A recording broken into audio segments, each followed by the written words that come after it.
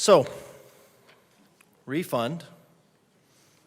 I think we can maybe just get back to the basics. A refund would be from me to me. That seems pretty basic, from me to me.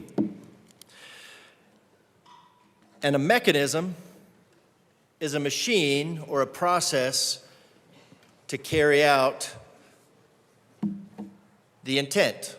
So a refund mechanism would be a means by which to return to me the money that came from me. Now, a refund scheme, I wouldn't even say it's a refund scheme, it's a scheme that would take money from me and give it to somebody else. Now, I'm not opposed to giving my money to somebody else. I do it all the time. I like having 10% of my paycheck put into a special account so I can write checks out of it whenever I want to worthy causes or ongoing causes that I like to support. It's kind of lazy, I get it. I just like it to be automatic. So I'm not opposed to taking my money and giving it to somebody else.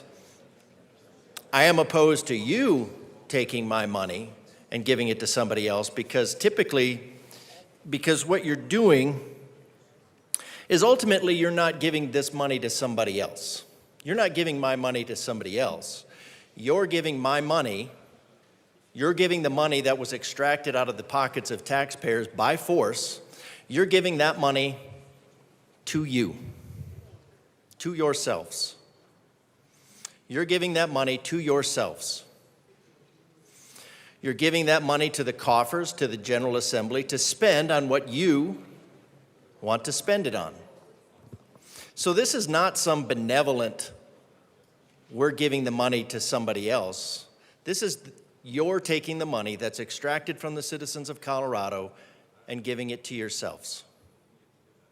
And then what you're doing is you're saying, for right now, in order to make this money, this more palatable, of taking your money and putting it in your pocket, taking my money and putting it in your pockets, is what you're doing is you're saying, well, for the time being, we're going to give it to somebody else and pretend like we're virtuous.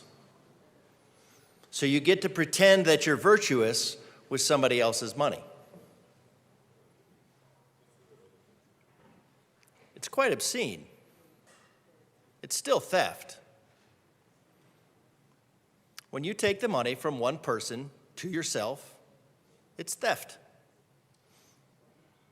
You can tell yourself all you want that it's for the purpose of giving it to somebody else, but it's really not. It's for the purpose of buying something for yourself.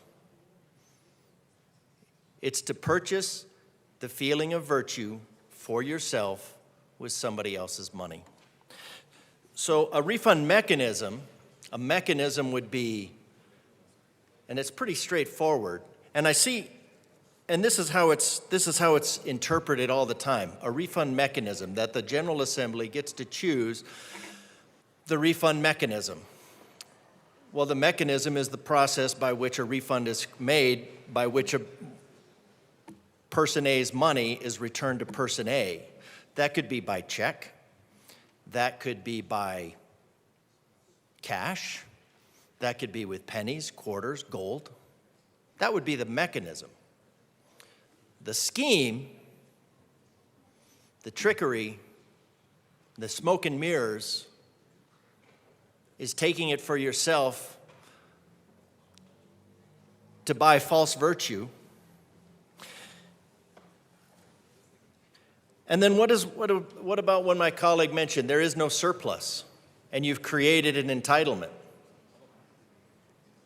Then what happens? What happens when you create this progressive income tax that you want so badly? And you end up with when you end up with the runaway inflation of the tax code. Because it happens. It happened before. It had to be reset hard. It jump-started our economy. This is just taking us back to the beginning of that process. Because when you rob Peter to pay Paul, you're going to get Paul's vote to vote you more money. to vote Paul more money. And then you can vote a little bit higher progressive tax code. I forgot to look up what number that was in Mark's top 10 of eliminating the middle class, caste. But it's there. You can look it up. I love how instead of actually doing the work, because Proposition HH was met with defeat because the people of Colorado saw through that smoke and mirrors, of creating a upper line for the tax code so that there would never, eventually never be any surplus below it, which would give you the permission just to spend and spend and spend and spend on all your good intentions. This refers to a refund mechanism. A refund mechanism, a refund would be from the person to the person, from me to me, from you to you. And then you do with it, then everybody can do with their money, their own money, what they want. I'm just always surprised that there are so many in here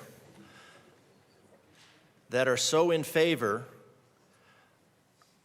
of a police state that will extract by force excess money from the pockets of Coloradans so that they can purchase purchase pretend virtue for themselves.